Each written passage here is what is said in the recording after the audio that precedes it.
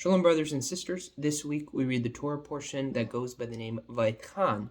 And Vayikhan starts with Moses praying to God, asking him to give him the opportunity to cross into the land of Israel, which later God will say you are allowed to see the land, but you are not allowed to enter the land. And the reason why Moses wanted to enter the land was because he wanted to fulfill that mitzvah, that command that he had with God, to lead the nation of Israel into the promised land. And essentially he does fulfill it, but he wanted to be part of the entrance into Israel, and he never got to receive that, but he got to see the land of Israel. And we see how throughout this fifth and final book in the Torah, Deuteronomy, that the whole theme of Moses, that Moses writes about, is him preparing the nation of Israel to enter the promised land. And we see how Moses' love for God, for Israel, and his people constantly is repeated throughout this book and shown to us. And we see how he will repeat the commandments to the nation of Israel.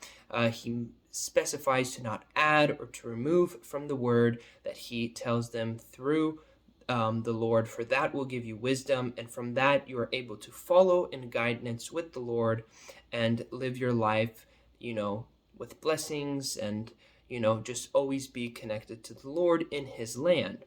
And so we look into the depths of, the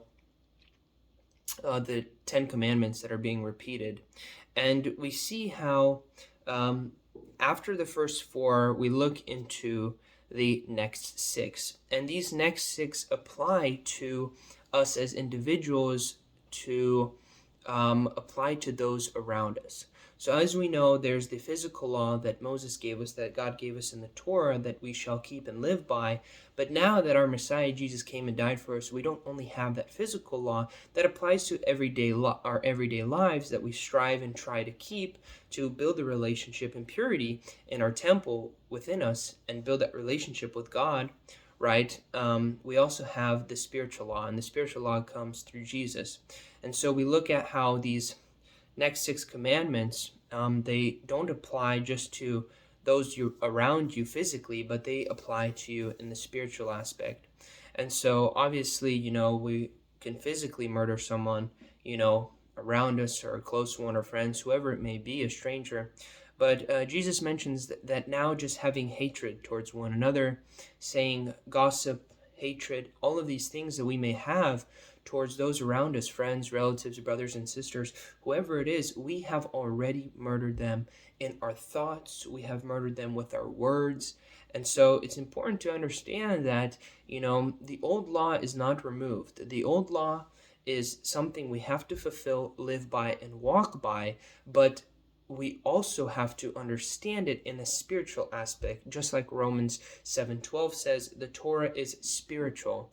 And so the Jews read the Torah every year, and so as do we together, and every time they find something new in a spiritual understanding. Now those who deny Christ, they just go into depths of the spiritual meaning and how everything connects in the Bible, because in Hebrew, words, everything connects in a certain way, and it's very powerful. The Bible is a giant book of codes.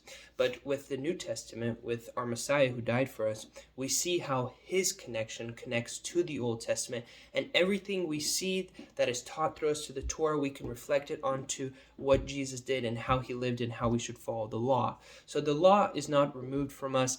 It is given to us and repeated to us many times for us to fulfill and follow, and not only follow in the physical, in the present world, but also follow it in the spiritual world, right? Because a lot of our life is not just physically keeping the Sabbath, not doing business, not doing work on the Sabbath, or not murdering, not doing these things, not committing adultery, not stealing, right? These are physical things, but all of these things we can also be doing in our spiritual lives, in our social lives with other people, and in interactions. We can have hatred, we could spread gossip, we could be murdering people in our thoughts, with our words, we can be stealing from people in many different ways, stealing people's thoughts, ideas, stealing by not giving to people, right? Because we have the ability to give, and because of our stubbornness in our heart, we are stealing because we are able to give, but we don't want to. The greed inside us, that's considered theft.